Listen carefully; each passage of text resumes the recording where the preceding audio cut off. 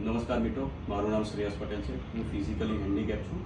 મારે ચાલવાની તકલીફ છે અને એલ્બો સ્ટિકની મદદથી હું ચાલી શકું છું.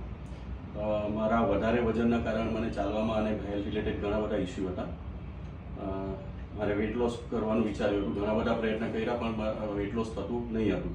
પછી હું વિશાલ કુશિયા સાહેબને ત્યાં ટ્રીટમેન્ટ માટે આવ્યો એ સમયે મારું વજન 92.7 કિલો હતું.